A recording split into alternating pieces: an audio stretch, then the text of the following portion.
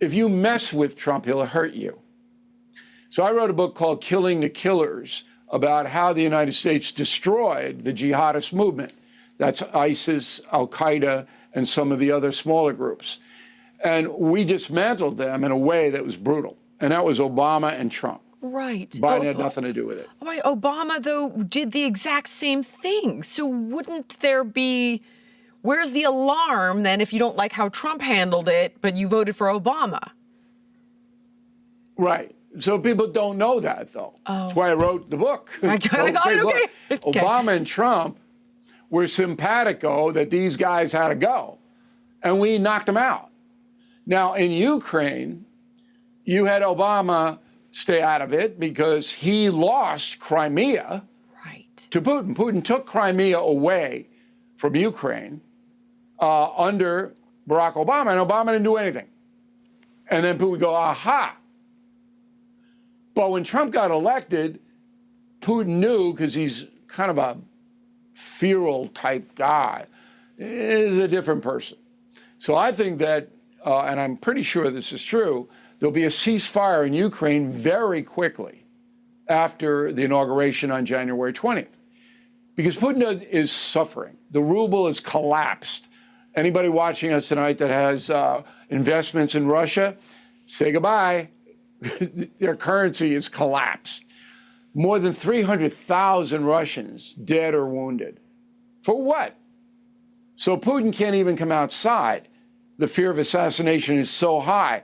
They've got underground tunnels in Moscow where they have to take him, and he can't sleep in the same place, can't even get out to his dacha on the Black Sea.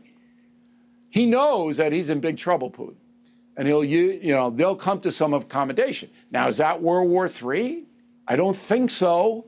If Kamala were elected, if she had won, much more of a chance that Putin would have gone even crazier than he already has, because he doesn't fear Biden and Harris. Okay, see, this is where I get a little confused, because I know how, or I'm anticipating how the spin's going to go. Trump comes in, Zelensky says, okay, we're going to give up some land, and we're not going to join NATO. And then everybody goes, see?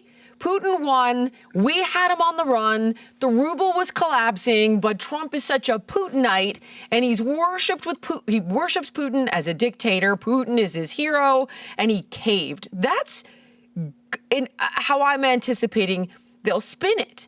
So Trump keeps saying he's going to de-escalate. Is that not weak to let Putin off the hook then?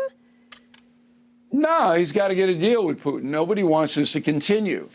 So Trump is much friendlier toward Putin than I am. You may remember that 8 years ago, I did the first interview with Donald Trump when he was elected in 2016. Right. And we got in a back and forth about Putin. I said, hey, this is your buddy. He's a killer. Right. And then Trump said, hey, we're not so clean here in the United States. That soundbite went all over the world. So Trump is a little softer on bad Vlad than I am. I think he's, Stalin light. But his own self-interest drives Putin, and Putin needs a ceasefire. And I think Trump will get Ukraine a decent deal because Trump doesn't want to look weak in the world opinion, as you point out. Okay. He doesn't, Trump, he's got the macho image to uphold. He's a strong man, as I said. So I think it's going to work. I think that war is going to tamp down. Thank you so much for watching. If you enjoyed the podcast, please like, comment, subscribe, and share. And make sure to let me know what guests you want to see on in the future.